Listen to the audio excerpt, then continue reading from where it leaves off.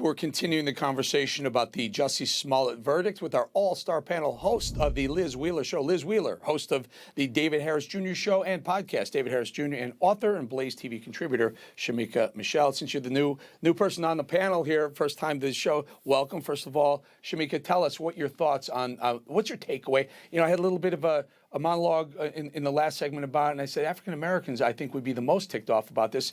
Close, am I right?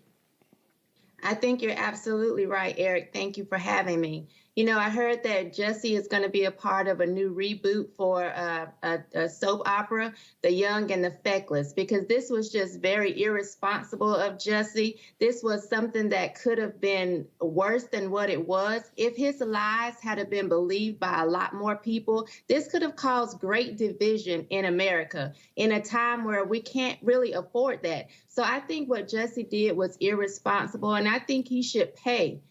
I think he should really pay with serving time. You know, and David Harris Jr., what does that do for race relations in America, where now every time someone says something like this, and God forbid it is real, something like this ends up being real, people are going to go, oh, is this just another Jussie Smollett story? Yeah, it's horrible for race relations. You know, the thing that I continue to think about is not only does Jussie owe an apology to President Donald Trump and every single Donald Trump supporter, but every pro athlete, every celebrity, every MSN pundit that came out supporting Jussie and thrashing Trump supporters over this garbage, they owe an apology to us as well. You know, I think his sentencing should also reflect perjury, since he continued to peddle his lies in court. He just didn't back down, and then he threw the innocent individuals, the Nigerians that he roped into his scheme. He threw them under the bus. Even worse, his family that was in attendance, they didn't have any any sense of shock whatsoever when the verdict was read as guilty, because I think they knew that was coming. But I think that Jussie is actually going to sleep well tonight, Eric, knowing that his attacker has been convicted. That's right. Liz Wheeler, you know, at one point, Jussie said it was two white guys wearing MAGA hats, and then we had videotaped. It was African Americans, but he said, they're light-skinned African Americans. So he was a bit confused. As someone who watches these trials, I'm blown away that he was able to come up with such a cockamamie story and change it so many times. It still commands the media that we're still talking about it.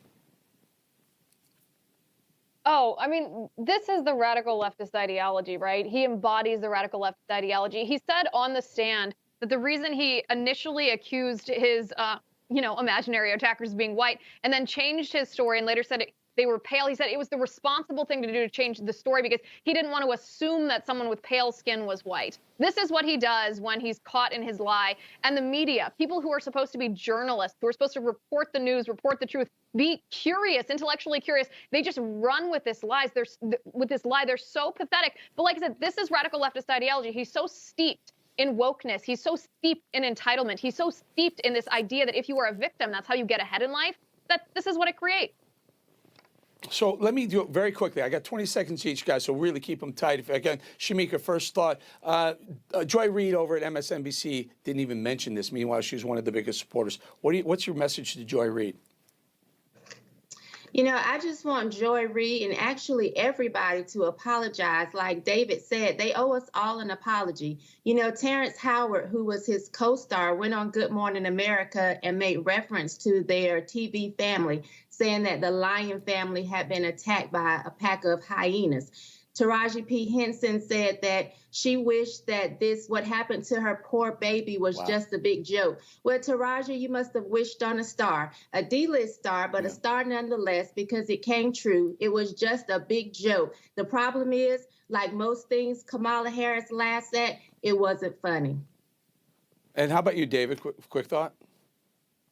Yeah, Joy and everybody else, you know, the thing that I hope takes place is the people that are watching these pundits, these liberal, leftist, woke individuals that continue to peddle this propaganda and push for racial division in our country. I hope the people watching them get fed up with the hypocrisy, get fed up with them rushing to judgment and creating division in this country, and just shut them off. That would be the loudest thing that America could do is shut off all these loudmouth lying pundits. Final thought, Liz. I I think Joy Reid and everyone else who professes to be an anti-racist should call out the actual racism that occurred in this hoax hate crime, the racism that came from Jussie Smollett's allegation accusing anybody who voted for Donald Trump of being a racist. Kamala Harris was right in a sense. It was a modern-day lynching. He tried to string up anybody who voted for a president that he didn't like, and there's no other reason for that except that he is a racist. Yeah, or he was using everything he could in his power to try and salvage a fledgling acting career. David Harris Jr., Liz Wheeler, and Shemeka Michelle, thank you all for joining us. Let's go, Brandon. You just watched Newsmax TV, America's fastest growing cable news channel, now in more than 70 million homes. You can get Newsmax TV on your cable system or check your cable guide. And if your system doesn't carry Newsmax, call them, tell them you want Newsmax TV, because we're real news for real people.